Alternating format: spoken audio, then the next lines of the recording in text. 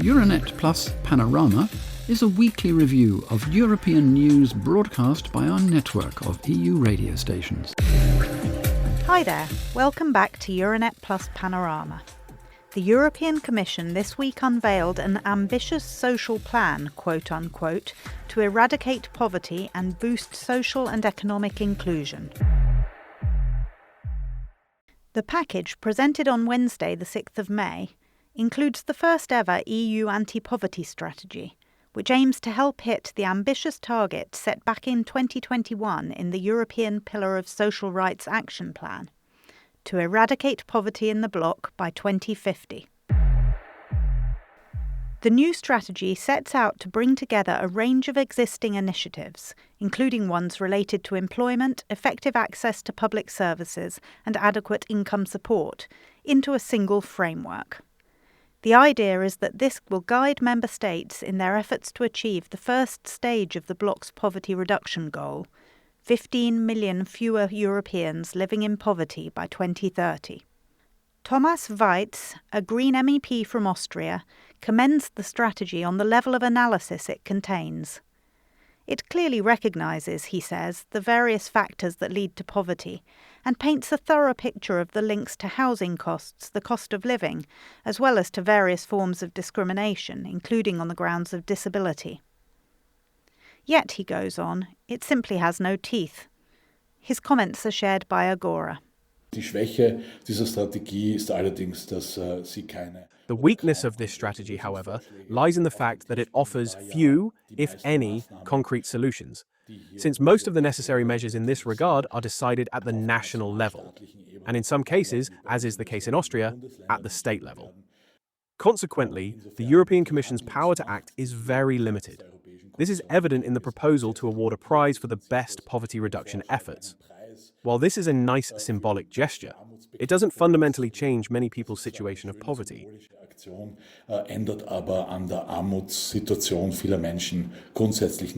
Yes, agree our colleagues at RTBF. Without a meaningful budget and without strict constraints on member states, is this strategy not merely a list of recommendations? What difference does it really make? They put this question to French MEP Marie Toussaint, co-chair of the European Parliament's Intergroup on the Fight Against Poverty. The Green member acknowledges that we're facing a cut in social spending in the EU's next 7-year budget of, she estimates, around 17%. So, she says, there's a fundamental contradiction between the objectives set out in this strategy and the budget that accompanies it. But this is not to say that the strategy is without merit. La discrimination socio-économique existe, on entend une stigmatisation. Socioeconomic discrimination exists. We hear constant stigmatisation of the unemployed, who are said to be responsible for their own situation, and of homeless people, who are said to be responsible for their own situation. This strategy puts a stop to this rhetoric, a narrative largely promoted by the far right that is spreading across the political spectrum. It also calls for all legislative instruments to be analysed for their impact on the poorest. This is what the Commission calls poverty-proofing, which I consider a form of social veto. It prevents laws from exacerbating inequalities. This poverty-proofing is a key component of the comprehensive approach the Commission is pushing in its strategy. But what exactly is it? Sur toutes les politiques qui sont menées, quel que soit le domaine, on fait des... For every policy that is implemented, whatever the area, we carry out impact assessments to see if it worsens the living conditions of those who are already struggling day to day, already unable to make ends meet. If it does make things worse, then we do not adopt it. Si ça les empire, alors on ne les adopte pas. Representatives of various European bodies have urged the Commission to move beyond recommendations towards formal directives in a number of areas, including minimum income.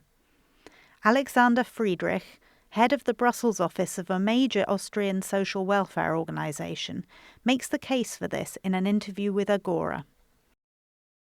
Und unsere Forderung und unsere Hoffnung ist, dass es nicht nur für Löhne... Our demand and our hope is that we should not limit ourselves to a minimum wage directive, but there should also be a directive on minimum income and basic social security in the European Union.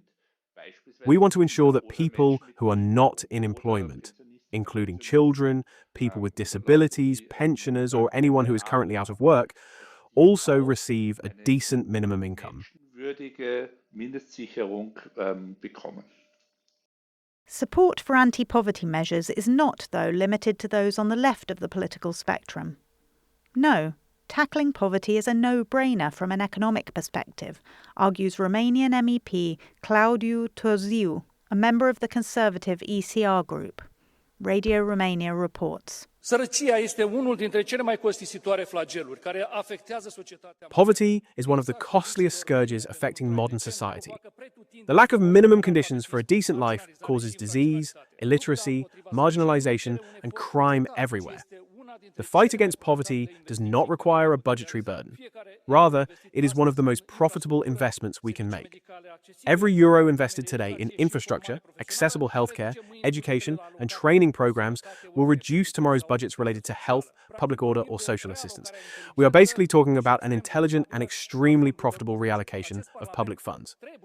This Parliament must have the courage and decency to combat poverty as decisively as when it decided to reduce pollution in the European Union. It is only a matter of will to launch the largest investment program in history to revitalize the EU's disadvantaged areas. Education is the main tool to combat poverty in EU countries, according to Romanian socialist Victor Negrescu. During this week's plenary session in Strasbourg, the Parliament Vice President called for 20% of the bloc's next multi-annual budget to be allocated to education. A high-reach objective, to say the least. Education is the main tool through which we fight poverty, but also through which we can increase our competitiveness. Education is not supported with fine words, but with adequate budgets and policies. That is why I have submitted an amendment co-signed by members of the Education Intergroup, through which we request that 20% of the future multi-annual budget of the European Union go to education and skills training. The Commission's new plan also contains a proposed Council recommendation on fighting housing exclusion, plus communications on breaking the cycle of child poverty and reinforcing the rights of persons with disabilities. So let's turn our attention to housing. Access to housing is closely intertwined with the issue of poverty, and is in fact a fundamental right. Yet Europeans face increasing obstacles to accessing proper housing, including surging rental prices. Just the day before the Commission presented its new social plan, it co-hosted a high-level event on the EU housing crisis with the European Parliament in Brussels. Key outcomes of the event centred on financing, faster construction and stricter regulation of short-term rentals. Yet some attending experts warned that the Commission's plan could actually worsen the crisis by failing to provide for long-term structural change. Irene Tinai, chair of the European Parliament's Special Committee on the Housing Crisis, led a delegation of MEPs to Portugal a month ago to assess the scale of that country's housing crisis. In an interview with Renascença, the Italian S&D member notes that her delegation has met many people in many member states whose primary concern in life is keeping a roof over their heads. Indeed, according to Commission figures, a lack of affordable housing is seen as an urgent problem by 40% of citizens, and 1 million Europeans are actually homeless. Tinai adds that this widespread sense of anxiety, combined with a dearth of decent affordable housing, is fueling populist movements across the bloc, and argues that the next multi-annual financial framework must include earmarked funding to combat the problem. We need funds for housing to support and to continue what has been started with the Recovery Fund. We can't just let it finish with projects that are still being constructed. Yeah. So we need to make sure that this effort continues and that the national government and local governments can continue to invest in housing. At the same time, the national governments need to think that it's also their own responsibility to continue to invest, because they cannot expect everything only to come from Brussels. So it's a cooperation that we need and responsibility. Tinai points out that there are a number of potential solutions, some of which are already in the pipeline. The first line of defense is public and social housing. And in certain countries, and Portugal is one of them, is really very, very low. And it's unable to address the needs, the basic needs.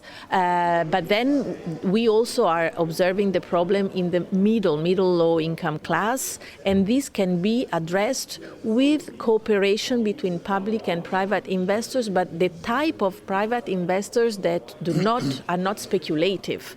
So they seek to, of course, some form of return of their cost, but they also are interested in having a social impact. Here, for example, we can also help by providing guarantees so that they can lower the risk and have an investment that has a lower returns, but lower risk and longer perspective. So on this respect, the European Investment Bank is also launching a platform to help private investments be directed to affordable housing.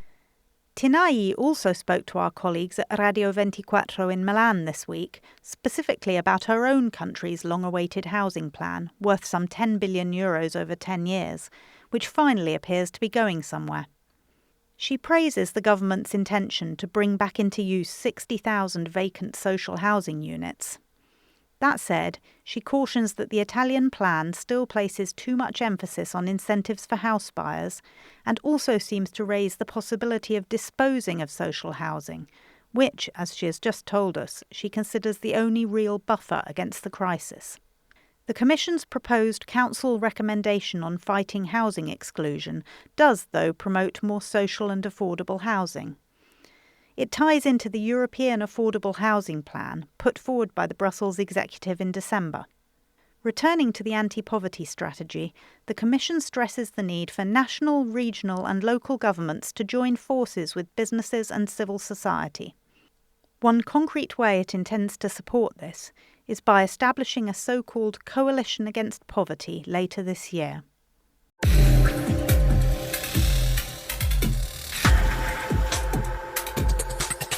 Thanks for listening. We'll sign off there. Tune in again next week for another trip around the Euranet Plus network.